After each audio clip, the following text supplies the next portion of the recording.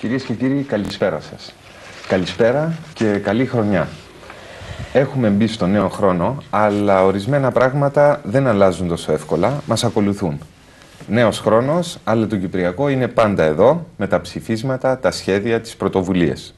Εξάλλου, οι εκλογές πλησιάζουν και μετά την ανάπαυλα των εορτών, σίγουρα σε λίγες μέρες οι τόνοι θα ανέβουν ξανά. Εμείς προτρέχουμε. Όχι ότι θα ανεβάσουμε τους τόνους, υπάρχουν οι πολιτικοί γι' αυτό, αλλά για να δοκιμάσουμε να κάνουμε μια αποτίμηση. Γι' αυτό το σκοπό έχουμε απόψε μαζί μας τον πρέσβη κύριο Παπαδήμα, τον κύριο Περικλή Νεάρχου, ο οποίος βρίσκεται αυτές τις μέρες στην Κύπρο. Ο κύριος Νεάρχου βρίσκεται μονίμως στην Αθήνα και είναι γνωστός από την δραστηριότητά του στους κόλπους του Πασόκ, και τον κύριο Στέφανο Χαραλάμπους, δικηγόρο νομικό. Κύριοι, σας καλωσορίζω στην εκπομπή και θα ήθελα αμέσως να μπούμε στο θέμα και να θυμηθούμε ότι τα τελευταία νέα που είχαμε από το μέτωπο του Κυπριακού, από τη Νέα Υόρκη, ήταν το ψήφισμα 789. Το ψήφισμα αυτό που συνήθως τα μέσα μαζικής ενημέρωσης το ονομάζουν 789, δεν έχω καταλάβει γιατί αποφεύγουμε τους αριθμούς. Είναι το υπαριθμόν 789 ψήφισμα του Συμβουλίου Ασφαλείας και είναι ο τελευταίος αριθμός που μπήκε στη ζωή μας. Θα ήθελα ευθύς εξ αρχής να σας ζητήσω μια έτσι γενική αποτίμηση. Δηλαδή αυτό το ψήφισμα έχει χαρακτηριστεί, για παράδειγμα ο πρόεδρος Βασιλείου έχει πει ότι είναι το πιο σοβαρό που έχει πάρει η Κύπρος ποτέ από τα Ηνωμένα Έθνη. Τι νέο δίνει αυτό το ψήφισμα, τι μπορεί να αλλάξει στο Κυπριακό και αν πράγματι συμφωνείτε ότι είναι το πιο σοβαρό ψήφισμα. Να ξεκινήσουμε με τον κύριο Παπαδήμα. Ευχαριστώ.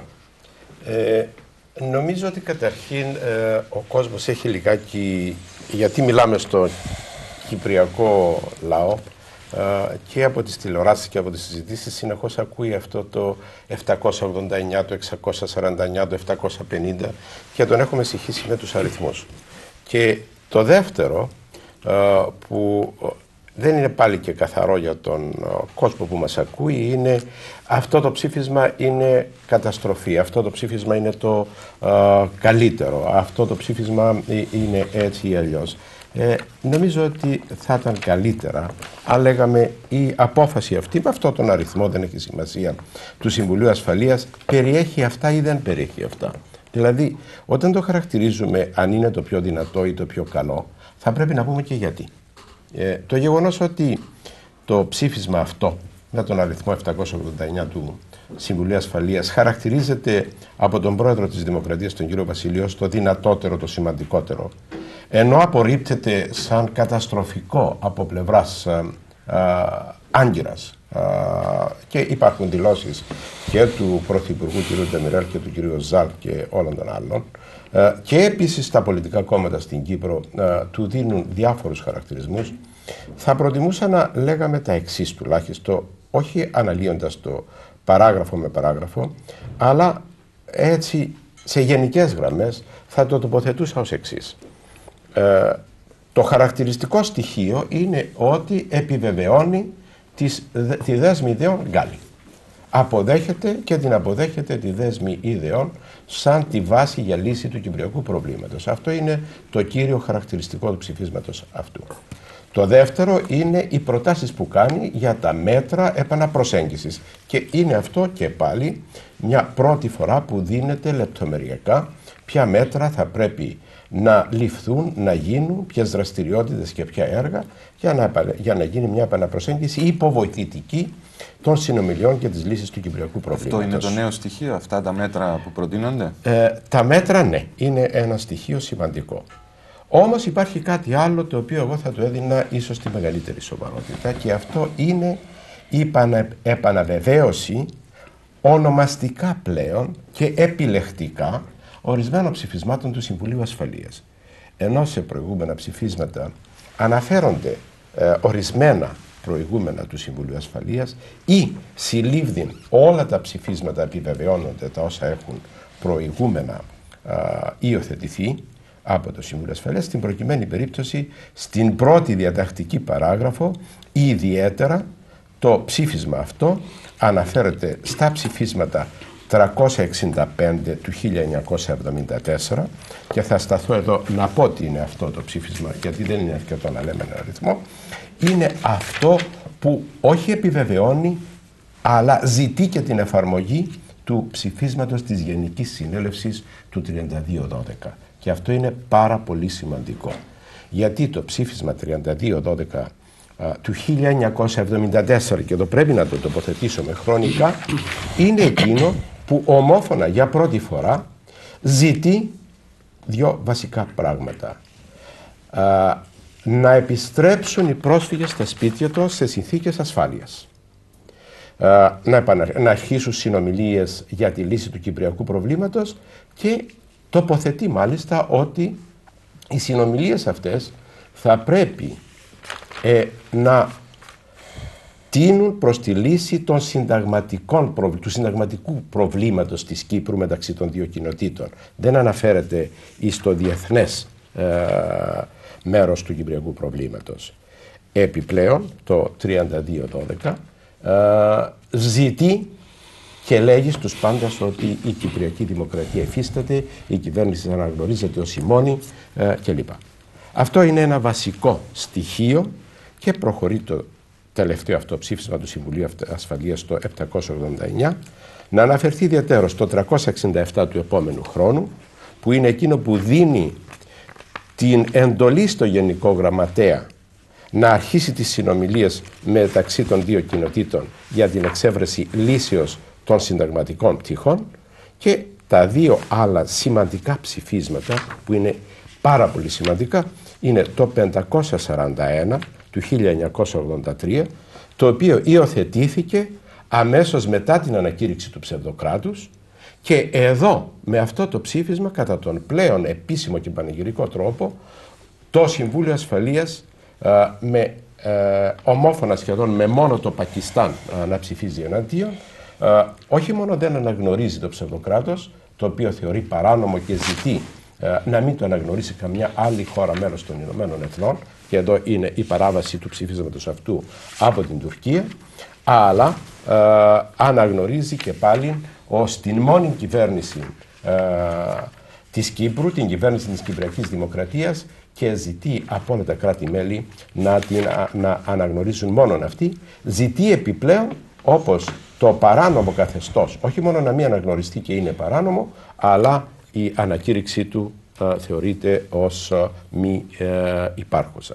Και είναι το επόμενο ψήφισμα το 550 που είχε υιοθετηθεί εξ αφορμής της αναγνώρισης του ψευδοκράτους από την Άγκυρα και της ανταλλαγής πρέσβεων, και ενώ επαναλαμβάνει όλα εκείνα του 541, κάνει ιδιαίτερο και σαφή λόγο σε ό,τι αφορά την Αμόχωστο, ότι πρέπει η Αμόχωστος ανήκει στους κατοίκους της και πρέπει να τεθεί κάτω από την δικαιοδοσία των Ηνωμένων Εθνών μέχρι που οι κάτοικοι της να επανέλθουν εκεί.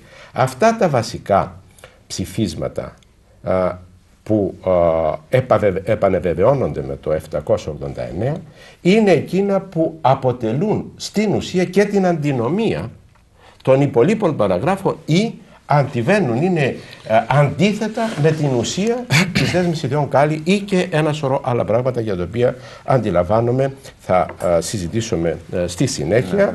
Εκείνο όμως που τελειώνοντας αυτή την σύντομη εισαγωγή θα έλεγα, ενώ ασχολούμεθα με εκείνα τα αρνητικά του ψηφίσματος αυτού, και ο πρόεδρος της Δημοκρατίας θα έπρεπε να πούμε, εφόσον τα Ηνωμένα Έθνη αναγνωρίζουν αυτά τα ψηφίσματα, ας αρχίσουμε από εδώ, που είναι το βασικό στοιχείο και τη βασική ουσία του κυπριακού προβλήματος. Μάλιστα. Δηλαδή το νέο στοιχείο είναι ότι αυτό το ψήφισμα ονομαστικά αναφέρεται σε ορισμένα ψηφίσματα, τα οποία τα επαναβεβαιώνει. Βασικά ψηφίσματα. Ναι, και τα οποία με τον ένα ή τον άλλο τρόπο, παρά το γεγονός ότι είναι θετικά, μέχρι στιγμής δεν είχαν κάποια πρακτική συνέπεια. Όμως, κύριε Νεάρχου, πρακτικότατη συνέπεια, νομίζω, πρακτικότατες συνέπειες θα έχει αυτή η δέσμη ιδεών, η οποία για μια ακόμα φορά κατοχυρώνεται. Πριν πάμε στη δέσμη, κύριε Προδρόμου, να κάνω δύο παρατηρήσεις σε όσα είπε ο κύριος Πρέσβης. Ακριβώς. Δίνεται μια φραστική ικανοποίηση στην ελληνική πλευρά, περιλαμβάνοντας τα ψηφίσματα αυτά, τα οποία ήταν πιο θετικά προς τη δική μας πλευρά και πράγματι ήταν πριν από τη δέσμη Ιδεογκάλη και δεν εξέφραζα φιλοσοφία της δέσμης Ιδεογκάλη.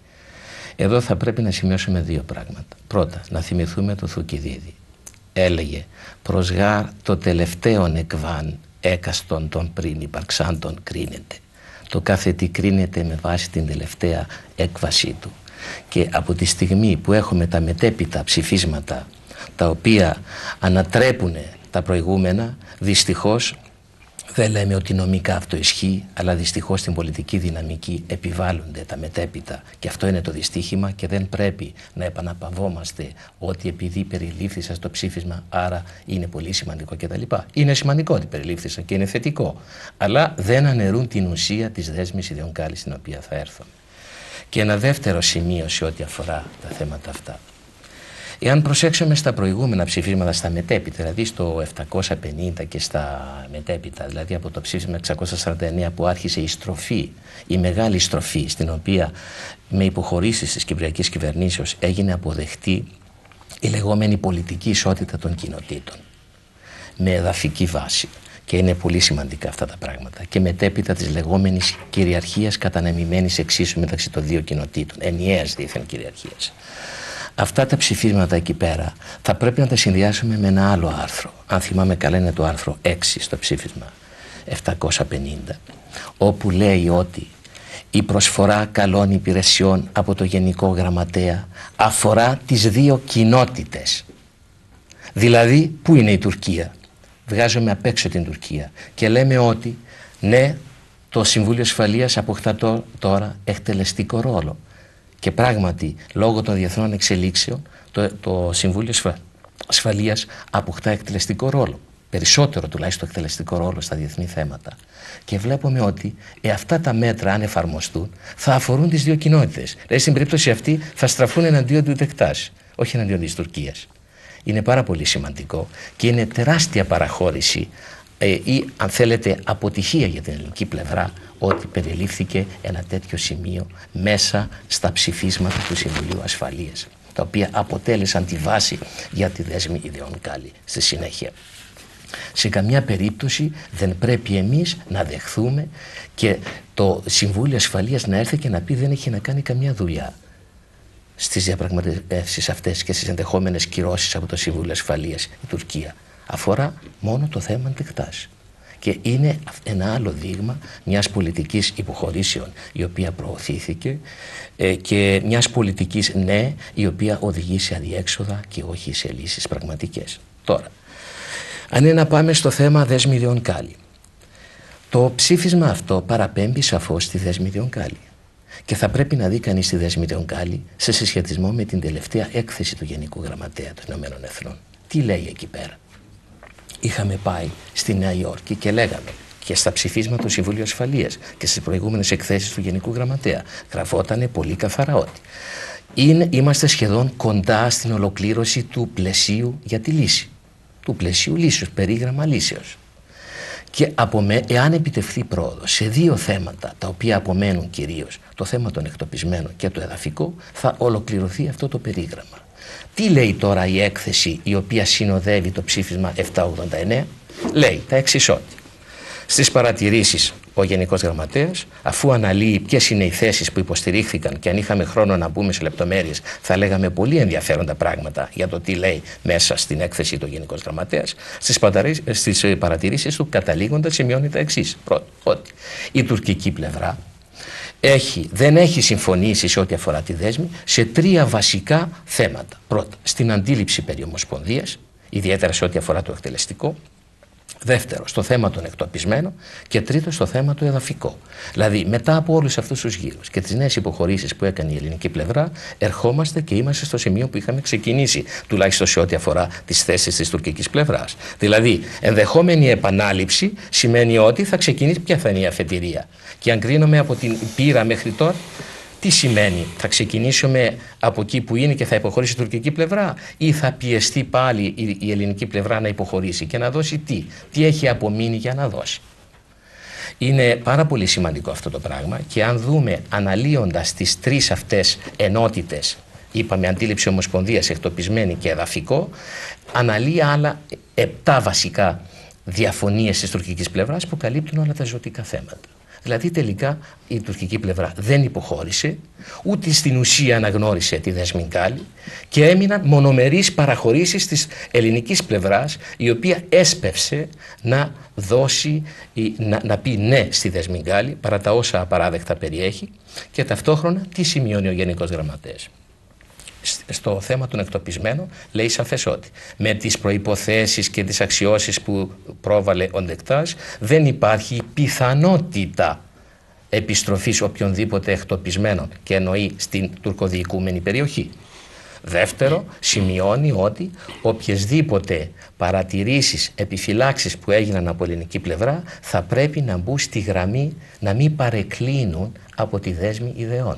Δηλαδή εδώ είχαμε μία φιλοσοφία ότι πάμε κύριοι, παίρνουμε ως βάση διαπραγμάτευσης αυτή τη δέσμη ιδεών και διαπραγματευόμαστε. Τώρα ερχόμαστε, αναγνωρίζομαι σιωπηρά και de facto ως βάση για επίλυση του Κυπριακού τη δέσμη ιδεών, και ακόμη και οποιασδήποτε επιφυλάξεις σημειώνει ότι θα πρέπει να μπουν να προσαρμοστούν στη δέσμη ιδεών. Ποια είναι τα διαπραγματευτικά περιθώρια της ελληνικής πλευράς? Δηλαδή με αυτή τη φιλοσοφία οδηγηθήκαμε σε ένα αδιέξοδο, σε μονομερείς υποχωρήσεις και δεσμεύσεις, και τα όρια τα διαπραγματευτικά ουσιαστικά είναι σχεδόν ανύπαρκτα.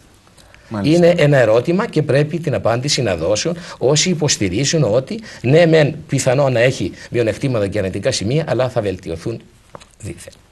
Ναι, στην Κύπρο από τα 4 μεγάλα κόμματα τα οποία έχουμε, αυτή τη στιγμή την δέσμη ιδεών ως λύση κανένα δεν τη δέχεται. Από τους 3 υποψηφίους προέδρους που έχουμε, κύριε Χαραλάμπους, οι 2 τουλάχιστον αρνούνται τη δέσμη ιδεών ως βάση λύσεως. Βεβαίως και ο πρόεδρος Βασιλείου αρνείται ότι θα δεχτούμε ως βάση λύσεως τη δέσμη ιδεών, πλην όμως υπάρχουν κάποιες καταγγελίες. Καταγγελίες ότι την έχουμε σιωπηρά δεχτεί. Υπενθυμίζω ότι ο κύριος Ράνσομ, αξιωματούχος του Αμερικανικού Υπουργείου Εξωτερικών, πριν λίγες μέρες μας υπενθύμησε ότι αυτή είναι η λύση. Εάν πράγματι η δέσμη ιδεών, και με τα όσα είπε ο κύριος Νεάρχου, με την τουρκική πλευρά ούτε καν να δέχεται τις βασικές πτυχές, αν αυτή θα ήταν η μέγιστη προοπτική λύσεως. Εσείς πώς κρίνετε το Κυπριακό? Υπάρχει περίπτωση να γίνει μια τέτοια λύση?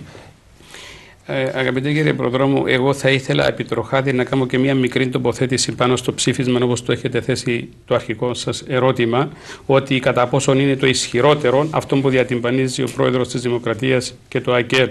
Εκείνο το οποίο ήθελα να πω ότι υπάρχουν 6 ψηφίσματα του Συμβουλίου Ασφαλείας που μας επαρέπεψαν πίσω στη Ζερίχη. Μας έδωσαν πίσω στη Ζερίχη. Η πρώτη διάσκεψη της Γενέβης των εγκυτριών δυνάμεων. Μας έδωσε πίσω επιστροφή στη συνταγματική κυβέρνηση, και αυτό το δέχτηκε και η Τουρκία. Και εμείς προτείναμε πριν να πάμε στη δεύτερη διάσκεψη της Γενέβης, Ομοσπονδία, εμείς οι ίδιοι Κύπροι. Υπάρχει μετά ψηφίσματα των Ηνωμένων Εθνών της Γενικής Συνέλευσης, τα οποία παραπέμπουν στο ότι μέρος που λένε ότι δεν αναφέρεται πουθενά κατοχή. Αναφέρεται σε 2 ψηφίσματα τουρκική κατοχή και λέει ότι όσα εδάφια απέκτησε δια της βίας η Τουρκία είναι παράνομα. Επίσης, άλλο που αναφέρεται εδώ, κατοχυρώνει τις 3 ελευθερίες που το αναζητούμε που υπάρχει. Υπάρχει σε ψήφισμα των Ηνωμένων Εθνών. Ύστερα έρχεται και λέει ότι η επιστροφή των εδαφών θα πρέπει να γίνει τάχιστα και εντός τακτής προθεσμίας. Μετά λέγει παράνομη έκδοση των τίτλων. Έχει ψήφισμα των Ηνωμένων Εθνών που ακυρώνει τους τίτλους του Ντεκτάζ. Εκείνο το οποίο επιστρέφω πίσω στο ψήφισμα. Εδώ υιοθετεί την έκθεση Γκάλι πεντακάθαρα και λέει ότι η συνολική συμφωνία θα πρέπει απαραίτητο να είναι στη γραμμή της δέσμης των ιδεών. In line with the set of ideas. Και μας λέει παρακάτω ότι οι Τούρκοι σε ορισμένες θέσεις τους είναι θεμελιωδώς έξω από τη δέσμη και τους καλεί να εισέρθουν, να βάλουν θέσεις κάτω, να είναι μέσα στη δέσμη.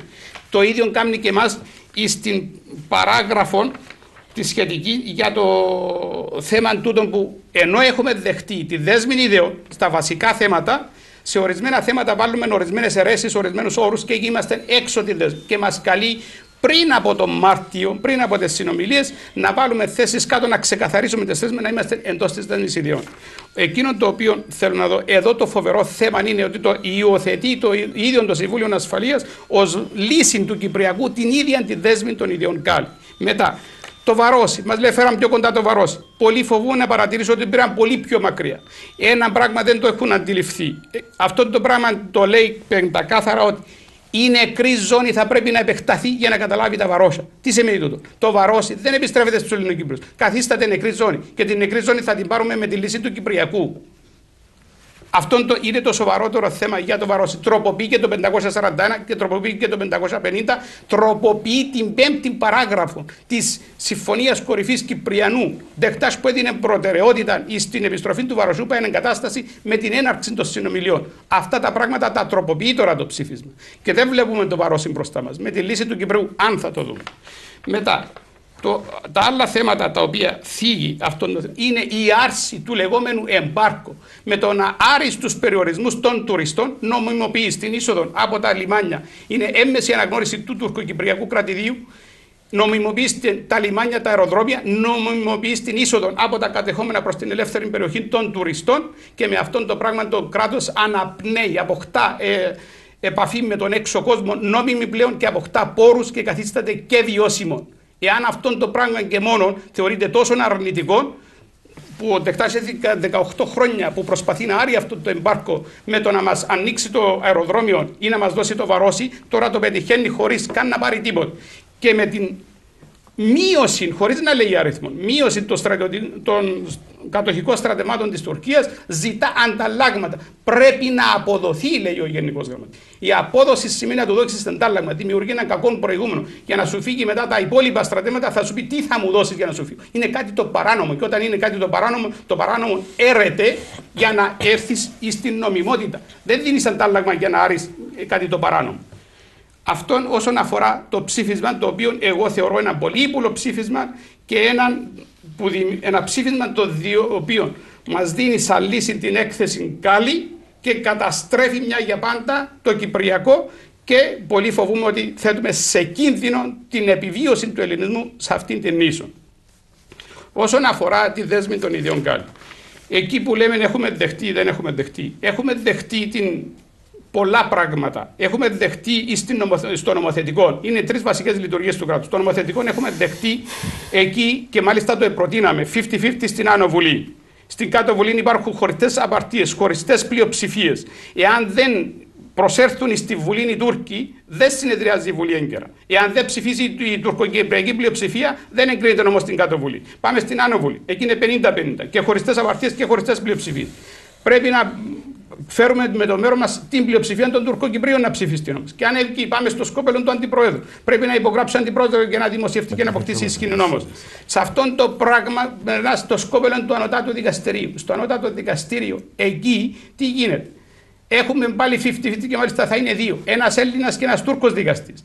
Και εκεί το πράγμα κάναμε την αφέλεια να δεχτούμε ότι ο πρόεδρος του Ανωτάτου Δικαστηρίου, που είναι εκ περιτροπής, και κάποτε θα έχουμε Τούρκο, θα έχει και την 20 ψήφων. Οι Τουρκοκύπριοι θα επιλύουν τα θέματα της συνταγματικότητας και ερμηνείας των νόμων όταν θα είναι πρόεδρος ο Τουρκοκύπριος. Οι οποίοι πρόεδροι του Ανωτάτου Δικαστηρίου και οι δικαστές διορίζονται από τον πρόεδρο και τον αντιπρόεδρο από κοινού και επικυρώνονται από την Άνε Βουλή. Υπάρχει και κίνδυνος να βρεθούμε και χωρίς δικαστές, να μην μπορούμε να διορίσουμε. Μα του δίνουμε των Υπουργών Εξωτερικών και η Κύπρος ασκεί καθαρά τουρκική, μουσουλμανική, εξωτερική πολιτική. Ο πρόεδρος δεν μπορεί να πάυσει τον Υπουργό Εξωτερικών. Ο Υπουργός Εξωτερικών διορίζεται και πάβεται από τον Τούρκο αντιπρόεδρο. Θα φαίνεται η Κύπρος στο εξωτερικό σαν μια μουσουλμανική και τουρκική χώρα. Θα ψηφίζει ό,τι ψηφίζει το Πακιστάν και η Τουρκία και θα ψηφίζει και ενάντια στα συμφέροντα της Ελλάδος και ενάντια ακόμα στα συμφέροντα της πλειοψηφίας του πληθυσμού της Κύπρου που είναι η ελληνοκυπριακή κοινότητα. Και αν αυτά τα πράγματα λέγονται ότι είναι κράτος και μπορεί να λειτουργήσει, αν η Ζηρίχη που ήταν έναν ενιαίο κράτος και οι Τούρκοι συμμετείχαν με το 70 με 30, Λυπούμε να παρατηρήσω ότι αυτό το κράτος δεν πρόκειται να λειτουργήσει και ας συνδυαστεί με το σύστημα των εγγυήσεων και των δικαιωμάτων που παίρνει η Τουρκία τώρα, δεν εγγυάται την Κυπριακή Δημοκρατία. Εγγυάται και των τουρκοκυπριακών κρατήδων και την ασφάλεια της τουρκοκυπριακής κοινότητας. Θα πάρει τα προσχήματα που θέλει και θα ασκήσει τα δικαιώματα τα επεμβατικά για να καταλάβει και τον Νότο. Και εμείς οι Κύπροι θα βρεθούμε πρόσφυγες έξω από την Αθήνα όσοι επιβιώσουμε παραγκόβιοι και θα είμαστε μια νέα Κύπρος, όπως υπάρχει Νέα Κεσαριανή, Νέα Ιωνία, Νέα Σμύρνη, όπως τους Μικρασιάτες και τους Κωνσταντινοπολίτες.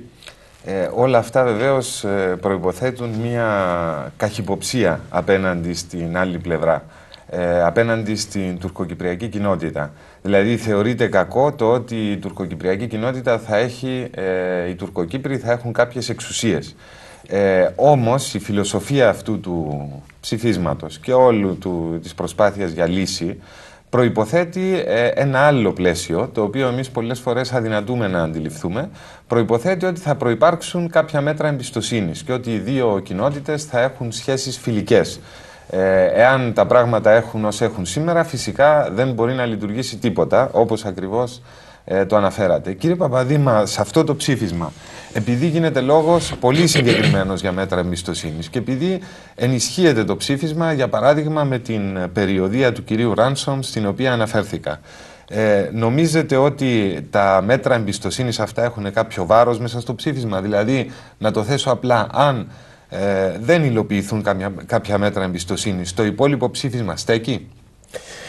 Κοιτάξτε, πρωτού πάμε σε αυτό, επειδή καταρχήν είχα την εντύπωση ότι θα δούμε το ψήφισμα ως έχει αυτό και τι μπορούμε να κάνουμε πέραν από αυτό το ψήφισμα. Αυτό είναι το σημαντικότερο. Σας κάνω ακριβώς εκεί θα ήθελα όμως να πω τα εξής, ότι και ευχαριστώ τους συνομιλητές εδώ, συζητητές, που έχουν αναλύσει και τις ιδέες Γκάλι σε κάτι το οποίο δεν διαφωνούμε, διότι εδώ δεν πρόκειται περί διαφωνίας ή συζήτησης, και κάτι που είναι γνωστά. Γιατί θα πρέπει να ξεχωρίσουμε τα δυο, αν θα δούμε σφαιρικά το όλο πρόβλημα.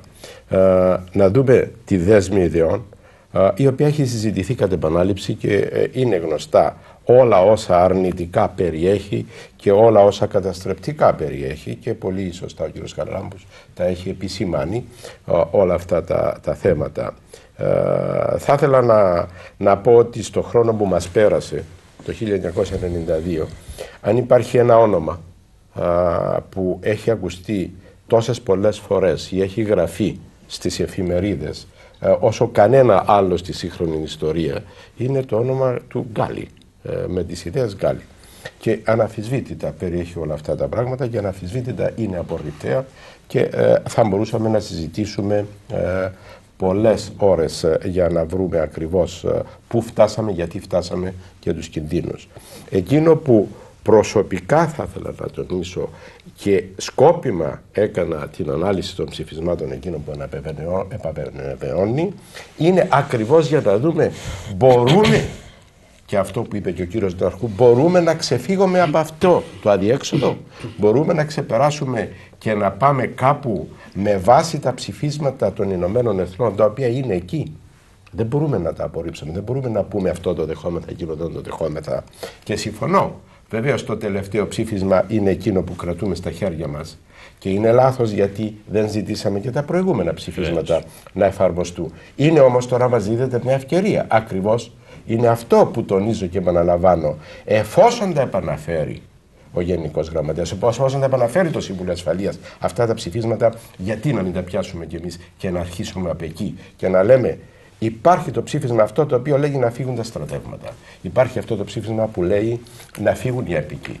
Υπάρχει το ψήφισμα το οποίο λέγει ότι δεν αναγνωρίζεται το ψευδοκράτος και ότι είναι παράνομο να αναγνωριστεί από οποιονδήποτε. Αναγνωρίζεται μόνο η Κυπριακή Δημοκρατία. Εφόσον αναγνωρίζεται μόνο η Κυπριακή Δημοκρατία, γιατί μιλάμε στις μεταβατικές καταστάσεις του δέσμης ιδεών ότι θα είναι δύο κοινότητες? Όλα αυτά θα μπορούμε να τα χρησιμοποιήσουμε ακριβώς, και επειδή τον Μάρτιο που θα ξαναπάμε στα Ηνωμένα Έθνη και στο Γενικό Γραμματέα, και υπάρχει αυτό το οποίο λέμε πώς θα απεγκλωβιστούμε από όλα αυτά τα οποία μας έχει φέρουν οι συνομιλίες αυτόν τον περασμένο χρόνο και η προσπάθεια ακριβώς είναι να απεγκλωβιστούμε. Εδώ μας δίδεται ακριβώς από κάπου να πιεστούμε. Πρέπει να διευκρινίσουμε κάτι όμως. Μιλάτε σε πρώτο πληθυντικό να απεγκλωβιστούμε, ωστόσο όλα εξαρτώνται από τις προεδρικές εκλογές. Ο πρόεδρος Βασιλείου δεν έχει καμία διάθεση να απεγκλωβιστεί από κάτι το οποίο βρίσκει θετικό. Προσπάθειες απεγκλωβισμού πιθανώς να γίνουν από τους ανθυποψηφίους του, έναν εκ των δύο, αν τυχόν εκλεγεί. Και εκεί βέβαια τίθεται το θέμα ότι θα γίνει με διαφορετικό τρόπο. Μάλιστα τίθεται και θέμα αν καν θα μεταβεί ο νέος πρόεδρος το Μάρτιο στη Νέα Υόρκη. Εν τούτης, επειδή μιλάτε για απεγκλωβισμό, σας ρώτησα προηγουμένως και θέλω να το επαναφέρω, ποια είναι η σχέση της αξίας αυτού του ψηφίσματος, της πολιτικής, τη στιγμή που δεν εφαρμοστούν τα μέτρα αυτά επαναπροσέγγισης που ζητά. Κοιτάξτε, θα συνεχιστεί η διαδικασία ή θα πούμε κάπου ότι τελείωσε αυτό το ψήφισμα? Τα μέτρα επαναπροσέγγισης, τα οποία είναι μια ιδέα παλιά του Νέλσον Λέτσκι και πλέον παίρνει σάρκα και οστά μέσα σε μια απόφαση των Ηνωμένων Εθνών, και πρέπει να πει κανείς ότι αυτά τα είχε εισηγηθεί ο Γενικός Γραμματέας ο Πούτρος Γκάλι και τα είχε αποδεχθεί ασμένος ο Πρόεδρος της Δημοκρατίας ο κ. Βασιλείου.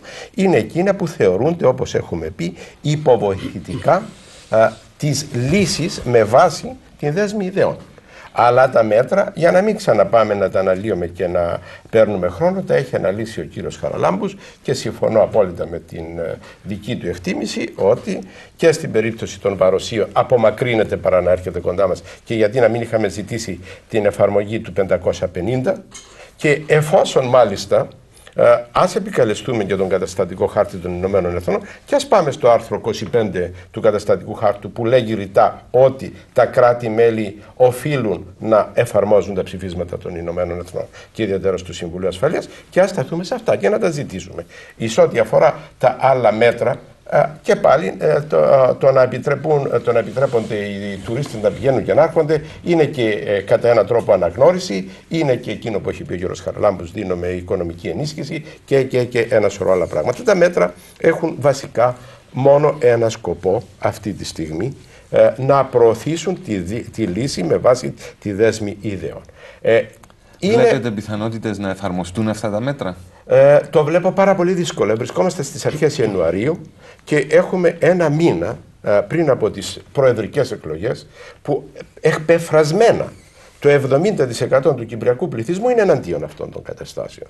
Εάν αυτός ο λαός αύριο εκλέξει ένα πρόεδρο που ενώ το 70% είναι εναντίον και θέλει να προχωρήσει, τότε είναι αυτός ο λαός που θα υποφέρει. Είναι το δικό του το μέλλον που θα αποφασίσει.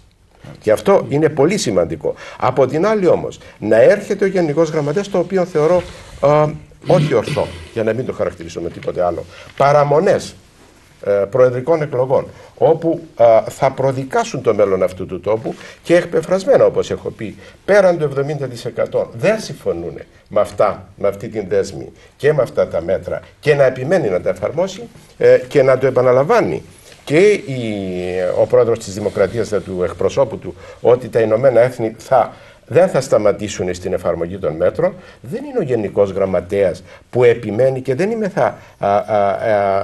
προτεκτοράτο των Ηνωμένων Εθνών όπως είναι αυτή τη στιγμή, όπως διοικούσε την Ναμίπια ή το West Irian ή σήμερα την Σομαλία. Είμαι ένα ανεξάρτητο κράτος που αναγνωρίζεται, που έχουμε κυβέρνηση, και δεν είναι δυνατό και δεν είναι νοητό και δεν θα μπορούσε ο Γενικός Γραμματέας να έρθει να μας επιβάλλει αυτά τα μέτρα εάν εμείς δεν τον εθαρρύναμε και αν εμείς δεν του λέγαμε μάλιστα, διότι υποβοηθεί τον κύριο Βασιλείου ή στην επανεκλογή του. Γι' αυτό είναι ένα πάρα πολύ σημαντικό στοιχείο στην όλη εξέλιξη από τώρα μέχρι τις εκλογές, και κατά τη δική μου αντίληψη θα έπρεπε αυτά να είχαν σταματήσει και να πρέπει να σταματήσουν τώρα, εν αναμονή των προεκλογικών εκλογών που μας χωρίζουν μόνο 33 μέρες, και ήδη είναι γνωστό ότι η μεγίστη πλειοψηφία του κυπριακού λαού είναι εναντίον. Γι' αυτό τα μέτρα όπως έχουν σήμερα δεν πιστεύω ότι έχουν οποιαδήποτε σημασία εν ώψη των προεδρικών εκλογών και της αλλαγής που οπωσδήποτε θα γίνει στην Κύπρο.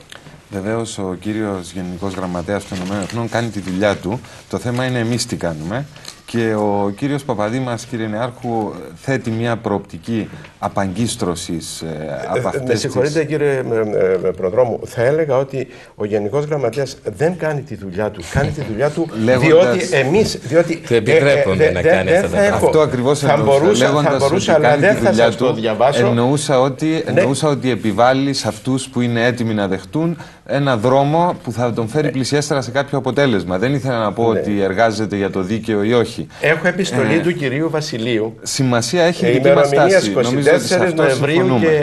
24 Νοεμβρίου και 30 Νοεμβρίου, που όχι μόνο αποδέχεται, ενθαρρύνει το Γενικό Γραμματέα να προχωρήσει. Ακριβώς. Γι' αυτό λέω δεν στέλνει. Και εσείς αν ήσασταν στη θέση του, πιστεύω ότι πρακτικά και μόνο θα ακολουθούσατε αυτό το δρόμο απέναντι σε αυτούς. Λυπούμε για να μην το συζητάμε, να μην κάνουμε διάλογο. Αν ήμουν στη θέση, δεν θα το έκανα. Θα κοίταζα, διότι θα κοίταζα μόνο το προσωπικό μου συμφέρον ή τη δική μου πολιτική τοποθέτηση ή το πολιτικό μου μέλλον. Θα κοίταζα και γύρω μου και θα έλεγα το μέλλον αυτού του λαού και η ιστορία του των 3.000 χρόνων εξαρτάται από εμένα και την επανεκλογή μου ή εξαρτάται από την ιστορία του και από την εκπεφρασμένη τοποθέτηση της μεγίστης πλειοψηφίας. Αν ήσασταν ο κύριος Βασιλείου ή αν ήσασταν ο Γενικός Γραμματέας. Ο Γενικός Γραμματέας οπωσδήποτε με βάση τα στοιχεία που έχει, τη σχετισμό δυνάμεων, κάνει τη δουλειά του προσπαθώντας να πιέσει τα πράγματα σε μια λύση, έστω και αν εμείς δεν τη θεωρούμε λύση. Να θυμόμαστε ότι και το 70% του ελληνοκυπριακού πληθυσμού που αναφέρεται είναι μια σταγόνα στον ωκεανό των Ηνωμένων Εθνών. Ωστόσο προτείνεται μια δίωδο απεγκλωβισμού που ίσως να είναι η επιμονή μας στα προηγούμενα ψηφίσματα, τα οποία ακριβώς επαναφέρει το τελευταίο ψήφισμα, το 789. Κύριε Νεάρχου, νομίζω ότι στην Αθήνα το ΠΑΣΟΚ έχει ταχθεί σαφώς εναντίον αυτής της πορείας λύσεως, έστω και αν μερικές φορές πάνε να δημιουργηθούν αμφιβολίες. Έχουμε μία σειρά δηλώσεων του κυρίου Παπανδρέου. Εσείς πώς νομίζετε ότι, ας υποθέσουμε ότι αυτή τη στιγμή άλλαζε η κυβέρνηση στην Αθήνα και είχαμε κυβέρνηση ΠΑΣΟΚ, πώς νομίζετε ότι θα μπορούσε να μεθοδευτεί αυτός ο απεγκλωβισμός? Πριν φτάσουμε εκεί, κύριε Προδρόμου, είχατε πει στη ρήμη του λόγου σας προηγουμένως ότι είναι ορισμένα πράγματα τα οποία δεν καταλαβαίνουμε. Πράγματι, μερικά πράγματα από αυτά που περιλαμβάνονται στη δέσμη Γκάλι και σε ορισμένα ψηφίσματα είναι ακατανόητα, γιατί σχεδόν δεν συμβαίνουν πουθενά. Είναι μοναδικά και συμβαίνουν μόνο στην Κύπρο. Φτάσαμε στο σημείο, χωρίς καμιά διαμαρτυρία και με την πεποίθηση ότι μας εξυπηρετεί δήθεν, να ζητάμε ο διεθνής οργανισμός να φτιάξει το δικό μας σύνταγμα. Είναι δυνατό να καταργείται η λαϊκή κυριαρχία σε μια χώρα και να φτιάχνεται σύνταγμα από άλλους? Πώς είναι δυνατό? Και πού είναι η λαϊκή κυριαρχία? Και πού είναι ο σεβασμός των δικαιωμάτων που σε διάφορα άρθρα στα ψηφίσματα αναγράφει? Θέλω να πω ότι φτάσαμε πολύ μακριά και δεν αντιληφθήκαμε επίσης ορισμένες αλλαγές στους συσχετισμούς δυνάμεων που έχουν γίνει. Δηλαδή, από καιρό, με βάση τις διεθνείς εξελίξεις, έχει εξελιχθεί ο συσχετισμός δυνάμεων στα Ηνωμένα Έθνη αρνητικά για την ελληνική πλευρά. Αυτό ήταν κάτι το οποίο έπρεπε να είχε συνειδητοποιήσει έγκαιρα η κυπριακή κυβέρνηση και η ελληνική ηγεσία, στην Ελλάδα η ηγεσία, και να προσαρμόσει την τακτική και τη στρατηγική του αγώνα ανάλογα. Θα έπρεπε δηλαδή να δώσουμε από καιρό πολύ μεγαλύτερη έμφαση στον ευρωπαϊκό παράγοντα. Όχι γιατί εκεί πέρα είναι εύκολα τα πράγματα, δεν είναι και εκεί πέρα εύκολα τα πράγματα, δεν δημιουργούμε ψευδαισθήσεις στον κόσμο. Αλλά εάν μετατραπεί το κυπριακό σε ευρωπαϊκό πρόβλημα, η Ελλάδα έχει λόγω της συμμετοχής της στην κοινότητα ένα λόγο παραπάνω. Θα μπορούσαμε να πιέσουμε και στο επίπεδο της κοινής γνώμης και στο επίπεδο των θεσμών των κοινοτικών και στο επίπεδο των εθνικών θεσμών σε κάθε ευρωπαϊκή χώρα. Και ταυτόχρονα να μεταφέρουμε σταδιακά την έμφαση από τα Ηνωμένα Έθνη στην ευρωπαϊκή κοινότητα. Με τον τρόπο αυτό πιστεύω πως θα ήμασταν σε πολύ πιο άνετη θέση και σε καμία περίπτωση να μην σπέβδουμε να παραχωρούμε πράγματα τα οποία θα έπρεπε να θεωρούνται αδιαπραγμάτευτα. Και ένα από αυτά είναι και το γεγονός ότι να αποδεχόμαστε μόνοι μας την εγκαθίδρυση ενός καθεστώτος φιλετικών διακρίσεων, γιατί περί αυτού πρόκειται.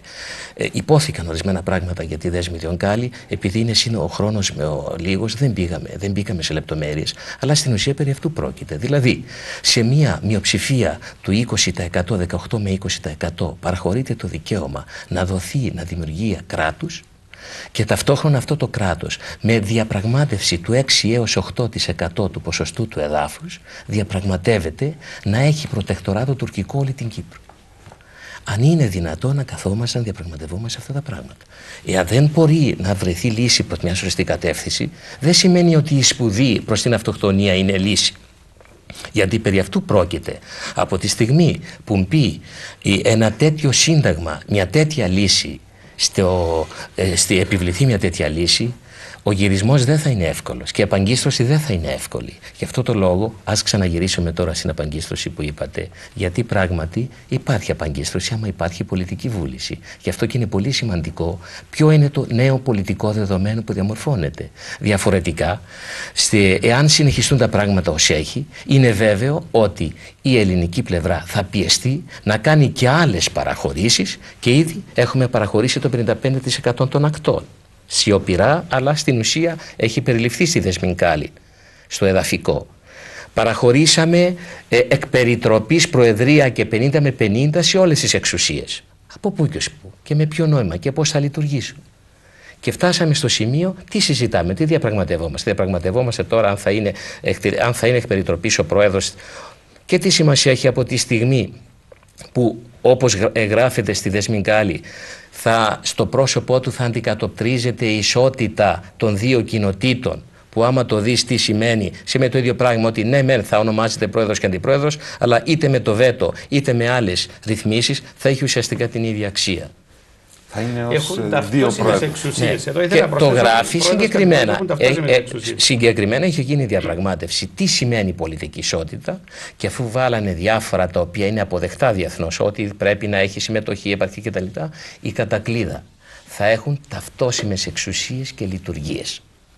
Δηλαδή, λέμε δεν αναγνωρίζουμε τον Τεκτάς και κάναμε βήμα-βήμα, πάμε και τον αναγνωρίζουμε. Γιατί αυτά προετοιμάζουν την πλήρη αναγνώριση και εξίσωση του τουρκοκυπριακού κράτους, του ψευδοκράτους των Τεκτάς με το κράτος, με την Κυπριακή Δημοκρατία.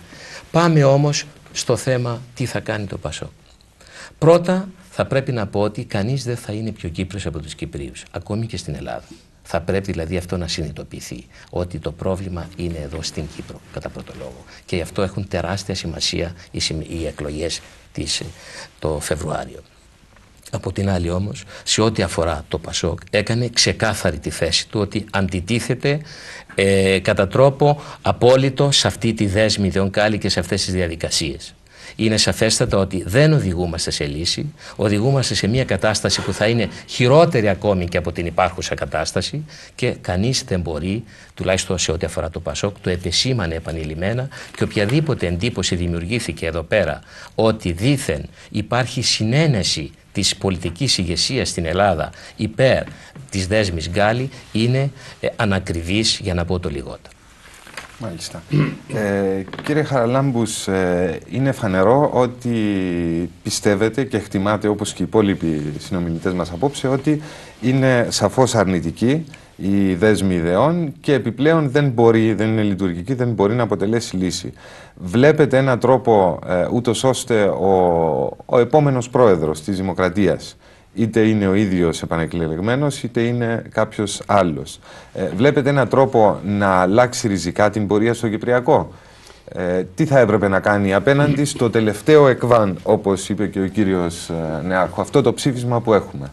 Μάλιστα. Εγώ θα εισηγούμουν στην πολιτική ηγεσία του τόπου, εφόσον τα ίδια τα Ηνωμένα Έθνη μας δίνουν το δικαίωμα αυτήν τη λύση που μας προτείνουν να την περάσουμε από χωριστά δημοψηφίσματα και να την εγκρίνει η πλειοψηφία αυτού του τόπου. Τώρα η λύση είναι ζωγραφιστή. Ξέρουμε και τι περιλαμβάνει στο νομοθετικό, στο εκτελεστικό, στη δικαστική, τα πάντα.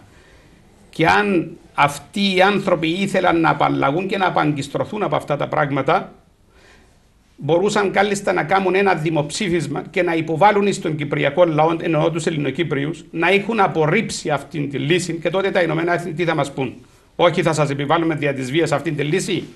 Τα Ηνωμένα Έθνη μας έδωσαν εκείνον το οποίο έπρεπε να μας δώσουν. Και επιστροφή στη Ζρίχη μας έδωσαν, αλλά και ότι τη συνταγματική δομή του κράτους τη θεωρούν εσωτερική πτυχή. Διεκδικούσαν αρμοδιότητα να λύσουν την κατοχή μόνο και την εισβολή. Εννοείται, μιλάτε για προηγούμενα ψηφίσματα? Μιλώ για προηγούμενα, αλλά θα έρθω τώρα. Δεν είναι μόνο αυτό το πράγμα να κάνουν ένα δημοψήφισμα. Λέμε θα κάνουμε δημοψήφισμα και στα τουρκικά, στα κατεχόμενα.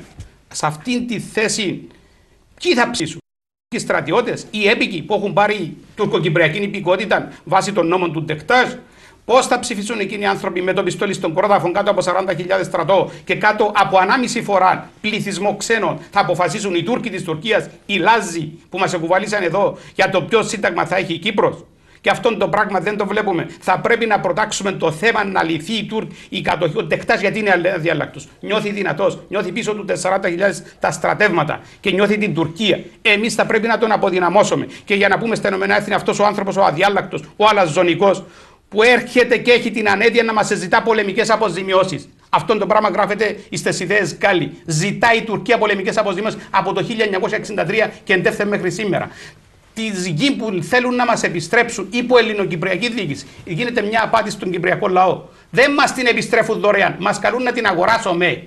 Και λένε ότι τα σπίτια αυτά που θα μας επιστρέψουν θα πρέπει να τα αγοράσουμε στη τρέχουσα αξία. Και αυτό το πράγμα δεν το έχουμε αντιληφθεί. Πρέπει να δούμε τις κωδικοποιημένες θέσεις του Ντεκτάζ. Δεν έχει δεχτεί να μας τα επιστρέψει δωρεάν αυτά τα πράγματα. Και αυτό το πράγμα θα ήταν σωστό εμείς να προτάξουμε την τερματισμό της εισβολής και κατοχής, και έχει ένα σωρό ψηφίσματα που απαιτούν και μάλιστα εντός τακτής προθεσμίας.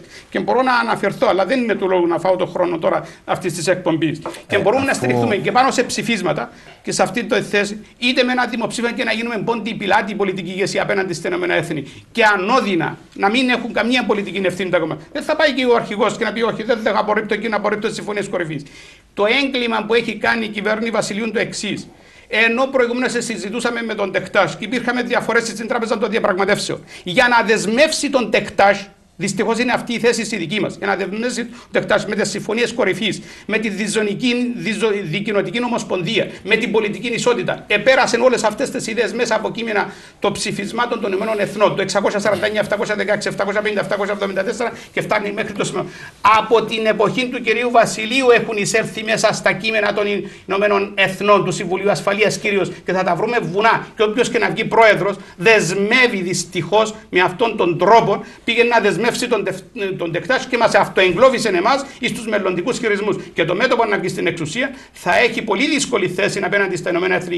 Και αν δεν προτάξει αυτή τη θέση που σας λέω, να λύσει την τουρκική εισβολή και την κατοχή, για να αποδυναμωθεί ο Ντεκτάζ, να αναγκαστεί να χάσει αυτή την αλαζονία που έχει και να γίνει υποχωρητικός και διαλλακτικός, πολύ φοβούμε ότι οδηγούμαστε με μαθηματική ακρίβεια στη λύση που θα μας επιβάλλουν, που δεν είναι άλλη από τις ιδέες Γκάλι. Και δεν λειτουργεί και θα έχουμε αδιέξοδα και θα έχουμε πλήρη κατάληψη και του Νότου. Η λύση που μας προτείνουν, τολμώ να πω φανερά εδώ, είναι χειρότερη και από το τωρινό status quo, τη σημερινή κατάσταση, αλλά χειρότερη και από αυτήν τη διχοτόμηση. Διότι με τη διχοτόμηση η Τουρκία δεν θα έχει τα προσχήματα και τη δυνατότητα που θα έχει με το Ομοσπονδιακό Σύνταγμα. Θα προτείνουμε τον Νότο πάνω στο Βορρά και θα μπορεί να δημιουργεί προσχήματα η ίδια για να καταλάβει και να τουρκοποιήσει τον Νότο. Μάλιστα. Ο χρόνος όχι μόνο μας πιέζει, όπως είπατε, αλλά ήδη είμαστε εκτός των χρονικών μας πλαισίων. Δυστυχώς ο χρόνος ποτέ δεν είναι αρκετός σε αυτές τις συζητήσεις. Έχουμε ακούσει διάφορες προτάσεις και διάφορες σκέψεις. Είμαι σίγουρος ότι δεν έχουμε ακούσει όλες σας τις σκέψεις. Επιφυλασσόμαστε για μια άλλη φορά. Κύριοι, δεν μου μένει παρά να σας ευχαριστήσω. Όμως δεν έχουμε καταλήξει, αν μου επιτρέπετε, αν έχουμε ακόμα δεν έχουμε καταλήξει, αλλά δυστυχώς, λεπτά, διότι, δυστυχώς είμαστε πραγματικά εκτός χρονικών πλαισίων. Και... όχι για να καταλήξουμε, δεν αφήνουμε μια μετέωρη κατάσταση σε ό,τι αφορά και το ψήφισμα και τις ιδέες Μπορεί Γκάλι. να έχετε ένα λεπτό, πραγματικό ένα λεπτό. Ένα πραγματικό λεπτό. Εκείνο που έχει πει ο κύριος Χαραλάμπους είναι πραγματικά η μηδενική βάση. Να αρχίσουμε από το μηδέν. Εκεί, για να γίνει αυτό το πράγμα, θα πρέπει να το αποφασίσει ολόκληρο το έθνος. Όσον αφορά τα δημοψηφίσματα, το δημοψήφισμα αυτού θα είναι οι προεδρικές εκλογές της 7ης Φεβρουαρίου και εκεί θα αποφασίσει ο λαός. Το επόμενο βήμα είναι, εφόσον έχουμε ορισμένες δεσμεύσεις με βάση τις συμφωνίες κορυφής Μακαρίου Ντεκτάζ και Κυπριανού Ντεκτάζ, εφόσον έχουμε υποβάλει τις συμφωνίες, τις προτάσεις μας του Εθνικού Συμβουλίου και έχουμε τα ψηφίσματα, θα μπορούμε, και πιστεύω ότι ο νέος πρόεδρος, ο οποίος τουλάχιστον σε ό,τι αφορά εμένα αναμένω ότι θα είναι του Δημοκρατικού Συναγερμού ο Κληρίδης, θα μπορεί να απεγκλωβίσει και να προχωρήσει κάπου τουλάχιστον σε μια υποφερτή και δίκαιη λύση. Να μην σπεύσουμε να κάνουμε προσωπικές αναφορές, γιατί εκεί θα πρέπει να γίνουν συζητήσεις. Ας μην σπεύσουμε να προεξοφλήσουμε να κάνουμε αναφορές ποιος θα είναι. Και εμείς περιοριζόμαστε στο να αναπτύξουμε τα πράγματα, να δώσουμε την αλήθεια στη διάσταση αυτή των πολιτικών πραγμάτων που είναι το Κυπριακό σήμερα, και από εκεί και πέρα είναι ο Κυπριακός λαός που θα αποφασίσει. Βεβαίως, εξάλλου δεν θα αρκούσε να το ευχηθεί ο ένας ή ο άλλος από εμάς εδώ για να είναι ο Κυπριακός λαός θα αποφασίσει. Ναι. Και ο κύριος Νεάρχου με την νότα που έδωσε διορθώνει, μάλλον προλαβαίνει ίσως κάποιες εντυπώσεις, γιατί δεν έχουμε και κάποιον εδώ να ευχηθεί ότι ο πρόεδρος θα είναι ο κύριος Βασιλείου. Δυστυχώς, επειδή έχουμε έρθει εδώ, νομίζω ότι ας το αφήσουμε, γιατί θα ανοίξουμε ξανά τη συζήτηση. Εγώ θα ήθελα να σας ευχαριστήσω, και ιδιαίτερα, αν μου επιτρέπετε, τον κύριο Νεάρχου, ο οποίος παρά το περιορισμένο του χρόνου του ήρθε μαζί μας εδώ στο λόγο για αυτή τη συζήτηση, και θα έχουμε το χρόνο να επανέλθουμε σε τέτοιες συζητήσεις. Κυρίες και κύριοι, αυτά είχαμε απόψε σχετικά με το ψήφισμα 789 και με τις προοπτικές του Κυπριακού με τον νέο χρόνο. Εδώ θα πρέπει να σας καληνυχτήσω και να σας ευχαριστήσω που ήσασταν μαζί μας απόψε.